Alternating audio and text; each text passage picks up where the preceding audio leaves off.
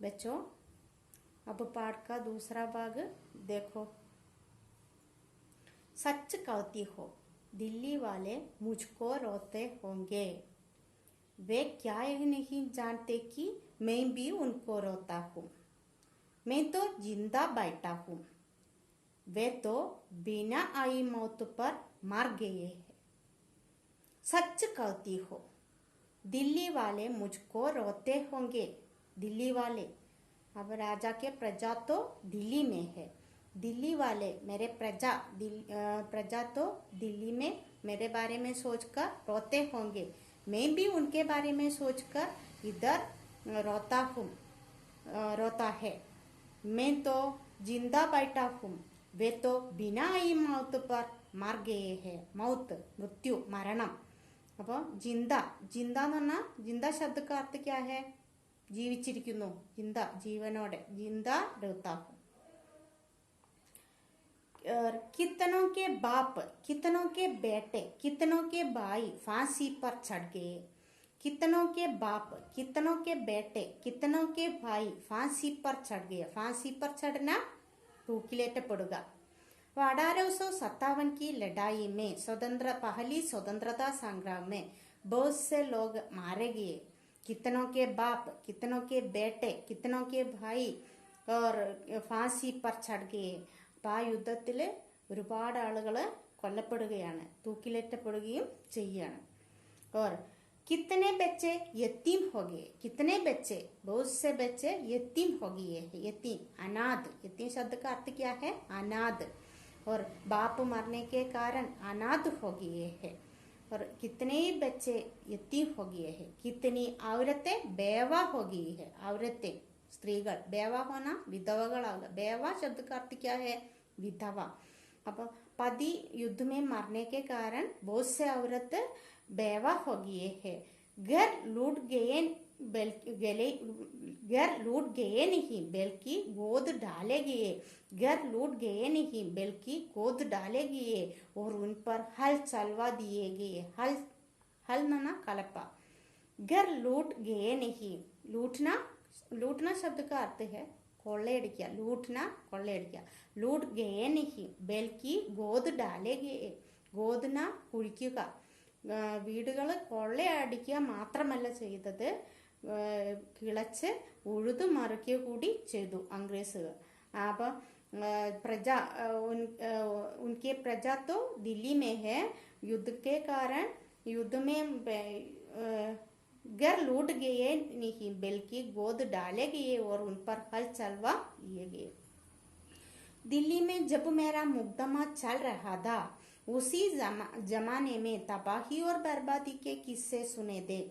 दिल्ली में जब मेरा मुकदमा चल रहा था, मुकदमा केस, दिल्ली में जब मेरा मुकदमा चल रहा था. वह राजा कहता है कि दिल्ली में उनका मुकदमा चलते समय उसने तबाही और बर्बादी शब्द का अर्थ है नाशम. अब तबाही और बर्बादी का किस्सा उन्होंने सुना है. मेरे यहाँ आ जाने के बाद पता नहीं क्या क्या परेशानियां शहर वालों पर पड़ी होगी. मैं इधर रंगून में आने के बाद शहर वालों पर क्या क्या परेशानियां हो गई है ये तो मुझे मालूम नहीं है. परेशानी बुद्धिमुट. मेरे प्रजा को क्या क्या परेशानियां हो रही है मुझे मालूम नहीं है. और मेरे यहाँ आ जाने के बाद पता नहीं क्या क्या परेशानियां शहर वालों पर पड़ी होगी. अब हंसे या रोए कोई फायदा नहीं. अब हंसे या रोए कोई फायदा नहीं. फायदा नेटम.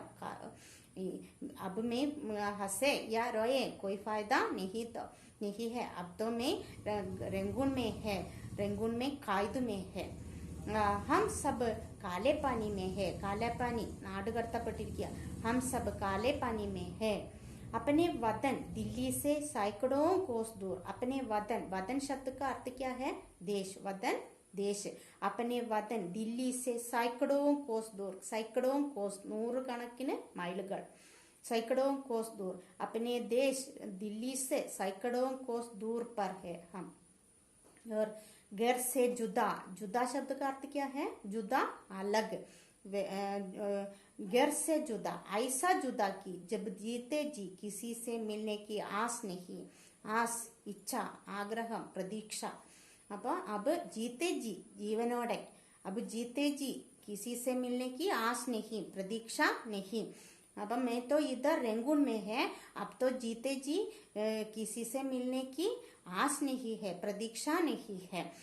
घर वालों से मिलने की, प्रजा से मिलने की कोई प्रतीक्षा नहीं है. और क्या है, घर से जुदा रहता, अब मैं इधर घर से जुदा रहता है, परिवार से जुदा रहता है, अपने प्रजा से जुदा रहता है. जीते जी किसी से मिलने की आस नहीं है, प्रतीक्षा नहीं है, इच्छा नहीं है. मुझे याद आया अब तुम्हारी शादी हुई थी, जब तुम्हारी शादी हुई थी और गालिब और झाउक ने तुम्हारी बारात की अगवानी के सेहरे लिखे थे. मुझे याद आया, अब तुम्हारी पत्र पढ़कर मुझे याद आया, तुम्हारी शादी के बारे में याद आया, शादी के बारे में याद आया, और हमारे गालिब और जाउक की याद आया. गालिब और जाउक बच्चों, ये गालिब और जाउक उर्दू के दो प्रसिद्ध कवि हैं. वो तो मुगल बादशाह बहादुर शाह जफर के दरबारी कवि थे. बच्चों तुम लोग सुनते थे कि 1947 के पहले भारत तो छोटे छोटे देशों में विभक्त था. ये छोटे छोटे देश तो हर एक राजा के वश में था, और राजा के दरबार में तो बहुत से कवि पंडित आदि होते थे. ऐसे एक दो दरबारी कवि थे, मुगल शासक के दरबारी कवि थे गालिब और जौक, वे उर्दू के कवि थे. अब तुम्हारी शादी हुई थी, उस अवसर पर गालिब और हमारे जो दरबारी कवि थे गालिब और जौक, उन्होंने बारात की अगवानी के सेहरे लिखे थे. बारात की अगवानी के सेहरे, बारात की വരനെ സ്വീകരിക്കുന്ന മംഗളഗാനം, വിവാഹ സമയത്ത് വരനെ സ്വീകരിച്ചുകൊണ്ടുള്ള മംഗളഗാനത്തിനാണ് ബരാത്ത് की अगवानी की सेहरे എന്നിവിടെ ഉദ്ദേശിക്കുന്നത്. अब उस अवसर पर गालिब और जौक ने तुम्हारी बारात की अगवानी के सेहरे लिखे थे. अब यहाँ न वह लाल किला है, लाल किला रेड फोर्ट, अब यहाँ न वह लाल किला है, न पहरेदार कावलकार, और हमारे लाल किला इधर नहीं है, पहरेदार नहीं है, बस लकड़ी का एक पुराना सा मकान है. मैं तो इधर लकड़ी तड़ी, लकड़ी माने क्या है, तड़ी कोंडला, लकड़ी का एक पुराना सा मकान है, मकान में हूँ मैं, मकान में है. मैं तो इधर लकड़ी के एक पुराना सा मकान में है जो बरसात में टपकता है. बरसात माने क्या है, बरसात शब्द का अर्थ क्या है, മഴ. टपकना ചോർന്നൊലിക്കുക, टपकना माने ചോർന്നൊലിക്കുക. अप ये तो बरसात में टपकता है. जिसमें 2-4 कमरों के सिवाय കൂടാതെ.